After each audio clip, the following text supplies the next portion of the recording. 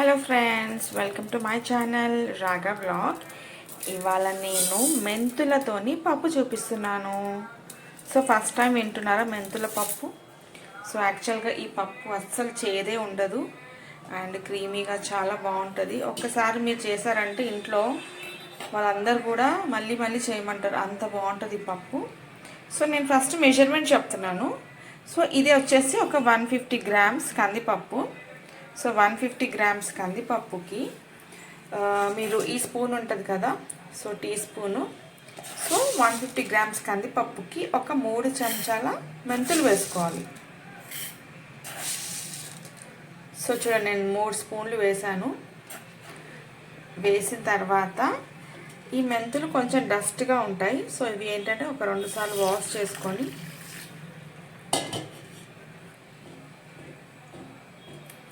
ఇందులో వాటర్ పోసుకోవాలి కొన్ని. సో ఇది ఏంటంటే మీరు ఒక 1 అవర్ నానబెట్టాలి కొన్ని వాటర్ వేసేసి. ఇది పక్కన అయిపోయింది. ఇప్పుడు ఇది 150 గ్రామ్స్ కందిపప్పు ఉంది కదా, సో ఇది కూడా ఒక 2 సార్లు బాగా వాష్ చేసుకోవాలి. పప్పు కడిగిన తర్వాత ఇందులో ఒక పప్పు గ్లాస్కి 2 గ్లాసుల వాటర్ వేయాలి. సో ఈ పప్పు కూడా ఒక హాఫ్ అన్ అవర్ నానబెట్టాలి. సో గుర్తుపెట్టుకోండి, పప్పు వచ్చేసి హాఫ్ అన్ అవర్ అండ్ ఈ మెంతులు వచ్చేసి 1 అవర్ నానాలి. సో నానిన తర్వాత నేను మిగిలిన ప్రాసెస్ చూపిస్తాను మీకు. ఇప్పుడు ఇంకా పప్పులు ఇంకా మెంతులు నానినాయి. ఇప్పుడు ఈ మెంతులు వాటర్తో సహా దీంట్లో వేసేసేయాలి. ఇంకా మూత పెట్టేసి స్టవ్ ఆన్ చేసుకొని ఒక 3 విజిల్స్ వచ్చే వరకు కుక్ చేసుకోవాలి. ఇప్పుడు ఇంకా మనము ఈ సైజు ఆనియన్ ఒకటి తీసుకోవాలి, ఒక 3 పచ్చిమిర్చి అండ్ ఒక టొమాటో ఈ సైజు. సో చూడండి, 150 గ్రామ్స్కి ఇవి సరిపోతాయి.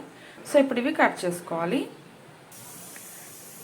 చూడండి, ఆనియన్ ఇలా కట్ చేసుకోవాలి అండ్ పచ్చిమిర్చి ఇలా కాటు పెట్టుకోవాలి అండ్ టొమాటోస్ అయితే చాలా సన్నగా కట్ చేసుకోవాలి.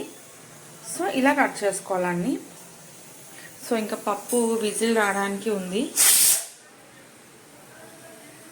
సో ఆల్రెడీ 3 విజిల్స్ వచ్చేసినాయి. సో నేను స్టవ్ సిమ్లో పెట్టేసి ఈ కుక్కర్ పక్కన పెడుతున్నాను. సో ఇప్పుడు వెంటనే కడాయి పెట్టుకోవాలి. సో కడాయి పెట్టుకొని నూనె వేసుకోవాలి, ఒక 2 చెంచాలంతా.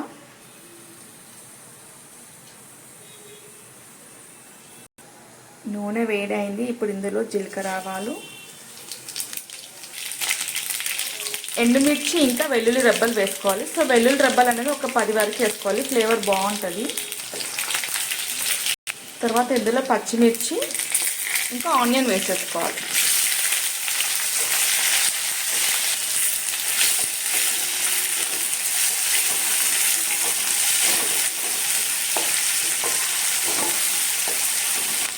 ఇప్పుడు ఇందులో కొంచెం కొత్తిమీర, కరివేపాకు, కొంచెం పసుపు, ఇంగువ. సో ఇంగువ కొంచెం బాగానే వేసుకోవాలి. సో బాగుంటుంది ఇంగువ వేసుకుంటే.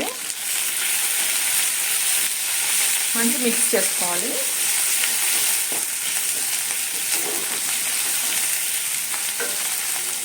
సో చూడండి, మనము స్లైస్గా కట్ చేసినందుకు ఇలా ఎంత బాగున్నాయి చూడడానికి.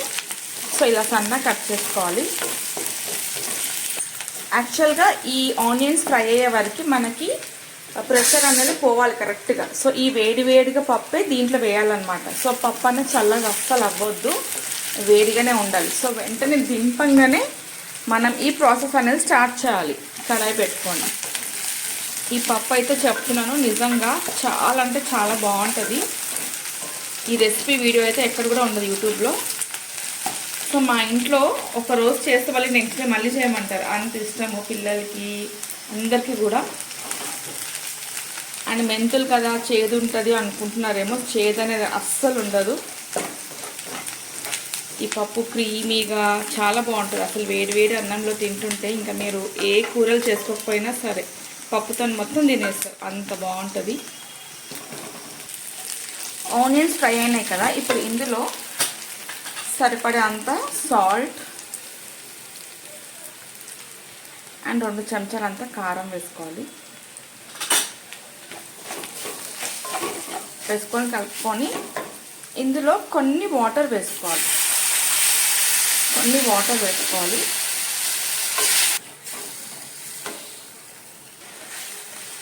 ఇది బాయిల్ అవుతుంది కదా, ఇప్పుడు ఇందులో ఇంత బెల్లం ముక్క వేసుకోవాలి. సో బెల్లం నచ్చని వాళ్ళు షుగర్ కూడా వేసుకోవచ్చు. సో బెల్లం వేసేసుకొని ఇప్పుడు బాయిల్ అయిన వెంటనే ఈ టమాటోస్ అన్న కట్ చేసాం కదా, ఇవి వేసేసుకోవాలి. టమాటోస్ వేసుకున్నాం కదా, ఇప్పుడు మనం పప్పు చూసుకుందాము. సో ప్రెషర్ పోయింది. సో పప్పు చూడండి మంచిగా కుక్ అయింది. ఇప్పుడు ఈ పప్పు వెంటనే వేసేసుకోవాలి. సో వేడిగా ఉంది కదా, సో వెంటనే వేసేసుకోవాలి పప్పు వేసుకొని ఇంకా మంచిగా మిక్స్ చేసుకోవాలి. సో ఆల్రెడీ పప్పు వేడిగా ఉంది కాబట్టి, ఇదంతా బాయిల్ అయింది కాబట్టి ఇంకొక 1 మినిట్లో మన పప్పు రెడీ అవుతుంది. సో చేదు ఉంటుందేమో, స్వీట్ ఉంటుందేమో అని అట్లా ఏమి ఉండదు, చాలా బాగుంటుంది పప్పు. ఇది వేడివేడిగా జొన్న రొట్టె ఇంకా పుల్కా కూడా చాలా బాగుంటుంది పప్పు. సో ఒకసారి సాల్ట్ కారం ఏమైనా పడతాయేమో ఒకసారి టేస్ట్ చూసి వేసుకోండి. కూడా మనం సన్నగా కట్ చేసాం కాబట్టి ఆ వేడికి ఉడుకుతాయి. సో చూడండి ఎంత బాగుంది తెలుసా ఈ పప్పు. సో క్రీమీగా చాలా అంటే చాలా బాగుంటుంది. యాక్చువల్గా మా ఇంట్లో చాలా ఇష్టంగా తింటారు ఈ పప్పు. సో అందుకే ఇవాళ నేను మీ అందరికీ కూడా వీడియో షేర్ చేద్దాము అనేసి ఇవాళ నేను చేస్తున్నాను పప్పు.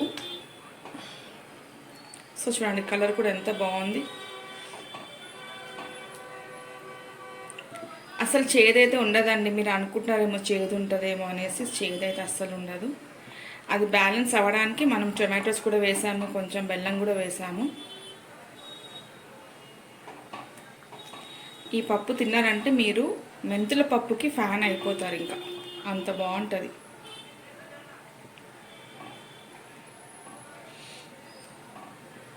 నేను మొన్ననే చేశాను 2 సార్లు లాస్ట్ వీక్. మళ్ళీ మా పిల్లలు ఇవాళ మళ్ళీ చేయమన్నారు. ఇంకా అందుకే సరే ఇవాళ ఇంకా వీడియోనే తీద్దాము అనేసి వీడియోనే తీస్తున్నాను ఇవాళ. సో యాక్చువల్గా మనకి ఒకసారి పప్పు అయిందంటే తొందరగా అవుతుంది ఇది. సో చూడండి బాయిల్ అవుతుంది. సో పప్పు ఇలా ఉండాలి యాక్చువల్గా. చల్లగా అయిందంటే గట్టిగా అవుతుంది. సో ఇలానే ఉండాలి యాక్చువల్గా. ఇంకా నేను స్టవ్ ఆఫ్ చేస్తున్నాను. స్టవ్ ఆఫ్ చేసిన తర్వాత ఫైనల్గా కొంచెం కొత్తిమీర కరివేపాకు కూడా వేయాలి. వేసేసి ఇంకా మూత పెట్టాలి. యాక్చువల్గా ఒక 5 మినిట్స్ మూత పెట్టాలి.